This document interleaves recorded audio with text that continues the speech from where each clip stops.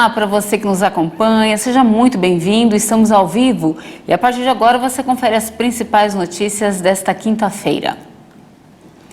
Um estudo realizado por universidades do Brasil e do Chile mostrou que até o ano de 2030, 70% dos brasileiros estarão acima do peso ideal. E segundo os profissionais envolvidos nessa pesquisa, o melhor remédio continua sendo a prevenção.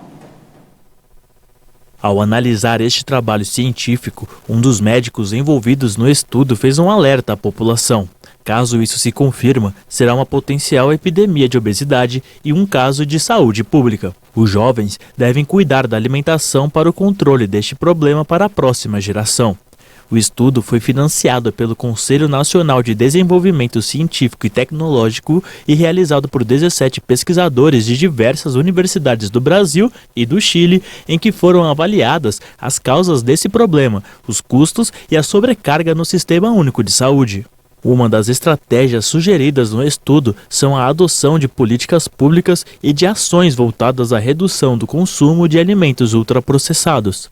A tributação desses tipos de alimentos, informações nutricionais mais claras e simples no rótulo, restrições para marketing e publicidade desses produtos são exemplos dessas ações de âmbito social e coletivo. Um exemplo é a campanha Tributo Saudável, que tem como causa aumentar o tributo de bebidas açucaradas para desestimular o consumo, ao mesmo tempo que traz impactos positivos para a economia. No plano de ações estratégicas para o enfrentamento das doenças crônicas no Brasil, o Ministério da Saúde estipulou uma meta de deter o crescimento da obesidade em adultos no país até o ano de 2030.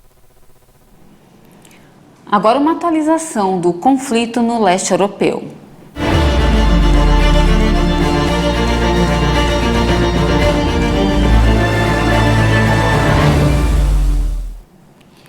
Grupos paramilitares pró-Rússia no leste da Ucrânia afirmaram que já controlam grande parte da região. Moscou tinha direcionado a atenção para esses territórios, fazendo deles o principal objetivo militar. Líderes dos grupos afirmaram que mais de 90% do território de Luhansk e mais de 55% de Donetsk foram dominados, mas a AFP não conseguiu confirmar as versões com fontes independentes. A Rússia reconheceu a independência dessas duas regiões pouco antes de determinar a invasão da Ucrânia, mas antes do conflito, os separatistas já controlavam quase um terço dos locais. Na área de Donetsk, as forças russas cercaram a cidade portuária de Mariupol, onde civis permanecem bloqueados, sem acesso a alimentos, água e medicamentos. Depois de 5 semanas de combates, Moscou afirmou que se concentraria na liberação do Donbass e, na terça-feira, anunciou que reduziria as atividades na capital Kiev e na cidade de Chernihiv.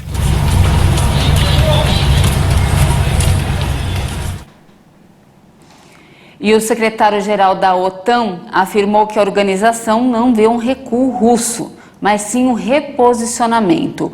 A avaliação contradiz a promessa dos negociadores russos de que diminuiriam os ataques hoje. E ainda nas notícias internacionais, o presidente Joe Biden recebeu uma segunda dose de reforço da vacina contra a Covid ontem. Ele pediu aos americanos que mantenham a guarda, declarando que a pandemia não domina mais o país. Aos 79 anos, Biden é a pessoa mais velha a ocupar a presidência do país. Apesar das precauções rigorosas na Casa Branca, várias pessoas que têm contato com ele testaram positivo para o coronavírus. Mas o presidente afirmou que o vírus está ficando para trás e pediu que o Congresso aprove mais fundos para a resposta à pandemia. Juntos transformamos uma dor impensável em um progresso e propósito extraordinários. Os americanos estão vivendo suas vidas novamente, não podemos desistir agora. Congresso, por favor, haja. É preciso agir imediatamente. Biden recebeu o reforço extra um dia depois que a 4ª dose foi autorizada para pessoas com 50 anos ou mais. As autoridades alertam para uma possível nova onda impulsionada pela variante BA2. E a Organização Mundial da Saúde afirmou hoje que o número de casos de Covid-19 na última semana foi de 10,8 milhões, o que representa 14% de queda na comparação com os últimos 7 dias. Mas a agência apelou para que não se reduza a aplicação de testes de detecção da doença. E uma última informação. A maioria dos brasileiros tem o hábito de comer um pãozinho com manteiga no café da manhã, não é mesmo? Só que agora ele vai ficar um pouco mais salgado. A disparada do trigo já atinge o preço do pão francês. Esse é mais um efeito da guerra na Ucrânia para os brasileiros. E a repórter Maria Clara Leite tem as informações.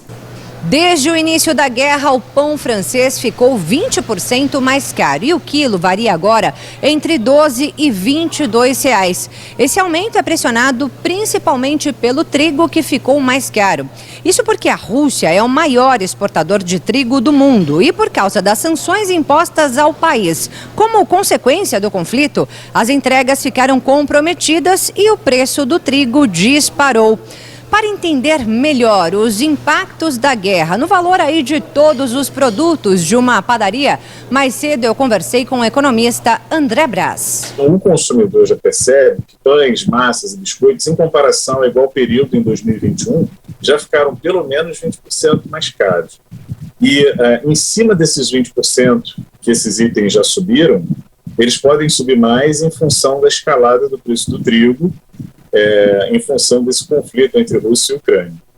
E isso já se espalha para produtos industrializados. Então, o trigo é um vetor de inflação que vai afetar mais a cesta de consumo das famílias menos favorecidas. Esses alimentos pesam mais para orçamentos menores do que para famílias de classe média alta. Então, nos próximos meses, nós vamos ver, sim, uma pressão maior dos derivados do trigo na inflação. E não é só a guerra que impacta no aumento dos produtos de uma padaria, não, mas também a energia elétrica. Segundo dados do Sindipão, uma mesma padaria que em setembro do ano passado pagava 10 mil reais na conta de luz, agora paga 16 mil reais. Ou seja, um aumento aí de 60%. E aí fica difícil não repassar esses custos ao consumidor. Mas aqui nesta padaria em que nós estamos hoje, o proprietário encontrou outras alternativas. A manobra que a gente tem usado para fugir desse aumento da conta de luz cara, né? A gente tem colocado as lâmpadas de LED, mantido aí e a troca constante para evitar. A gente colocou ar-condicionado inverter, que ajudou bastante a gente nessa economia. O nosso forno é a lenha e a gente não pretende colocar um forno elétrico porque a lenha está muito mais econômico e a gente está no radar aí de colocar energia solar, as placas aí que acredito que vai economizar muito mais com isso daí. E assim você não repassa nenhum aumento ao consumidor? A gente está evitando, porque o consumidor está bem sensível à inflação dos preços para todo lado e a gente está conseguindo manter o preço do pão desde o ano passado o mesmo preço. Muito obrigada pelas informações, Maria Clara, e não temos mais tempo, essa edição fica por aqui. Muito obrigada pela sua companhia. A gente volta a se encontrar amanhã na edição das 10 horas. E claro, eu espero você. Até mais.